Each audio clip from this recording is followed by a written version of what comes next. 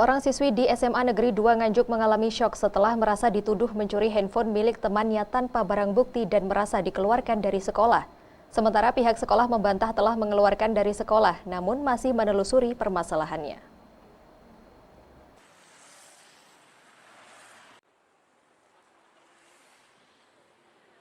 Mei, salah satu siswi kelas 10 SMA Negeri 2 Nganjuk mengalami syok karena merasa dituduh mencuri handphone milik temannya tanpa adanya barang bukti. Permasalahan ini bermula pada hari Senin 4 September 2023. Yang kebetulan saat itu ada 3 siswa yang keluar barisan izin ke belakang, yang salah satunya adalah Mei. Beberapa saat kemudian salah satu siswi melaporkan kehilangan handphone. Lantaran adanya permasalahan itu, Mei diantarkan pulang oleh guru bimbingan konseling atau BK ke rumah orang tuanya di Kecamatan Nganjuk, Kabupaten Nganjuk. Setelah mendapatkan penjelasan dari guru BK, orang tua Mei, Petrus, merasa sangat kaget karena anaknya tidak diperbolehkan lagi masuk sekolah. Sebagai orang tua, Petrus merasa kecewa karena anaknya baru berusia 15 tahun itu tanpa pendampingan orang tua pada saat guru mencecar dengan sejumlah pertanyaan yang mengalibikan bahwa anaknya sebagai tertuduh. Padahal Mei telah meminta izin untuk menghubungi orang tuanya. Namun oleh guru di SMA Negeri 2 Nganjuk justru dianggap mencari perlindungan. Bahkan menurut Petrus anaknya diancam oleh oknum kepala sekolah akan ditendang agar Mei mengakuinya. Menurut Petrus, pihak SMA Negeri 2 Nganjuk juga beralasan telah menghubunginya. Padahal di ponsel Petrus tidak ada rekam jejak panggilan dari pihak SMA Negeri 2 Nganjuk. Petrus meyakini anaknya telah berkata jujur. Bahkan Mei telah membuat surat pernyataan dan bila dibutuhkan bersedia disumpah dengan Al-Quran. Bisa dijelaskan terkait kronologi dari putri Bapak yang informasinya saat ini dikeluarkan dari SMA 2 Nganjuk, Pak. Injih.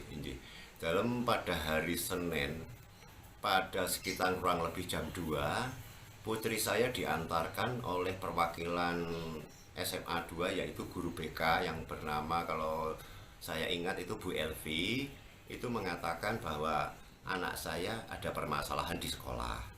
Nah pada saat itu saya kaget, loh ada apa masalah yang di sekolah itu? Nah terus Bu Elvi menjelaskan bahwa anak saya tidak diperbolehkan lagi besok untuk sekolah. Ya dalam sebagai orang tua karena sebelumnya tidak ada masalah apapun mengenai sekolahan, saya pikir hanya sebagai peringatan atau panggilan atau apa istilahnya pemberitahuan.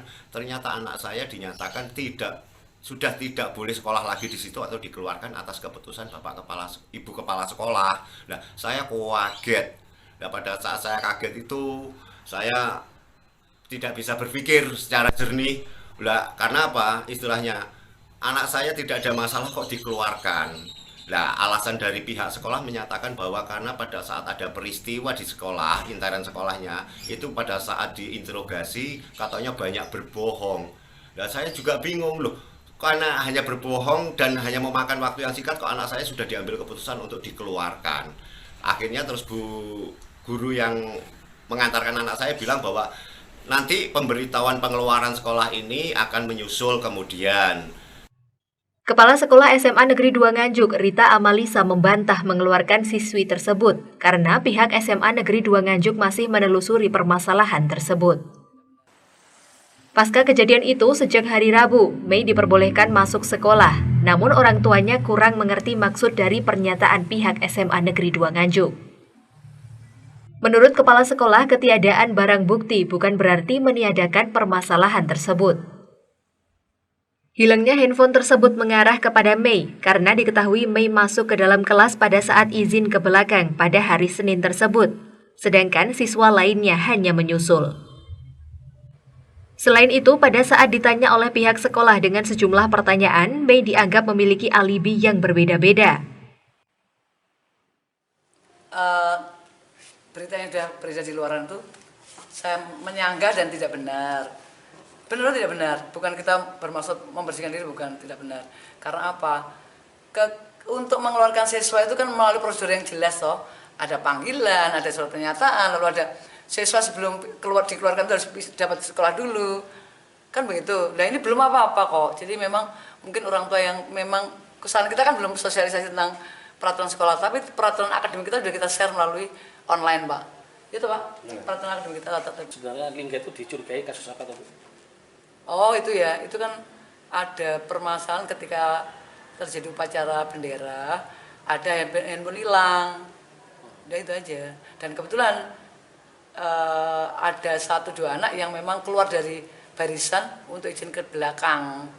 Tuh. Pasca kejadian tersebut, Mei enggan bersekolah kembali di SMA Negeri 2 Nganjuk dan memilih untuk bersekolah di SMA lain. Dari Nganjuk, Aceh Bahar melaporkan.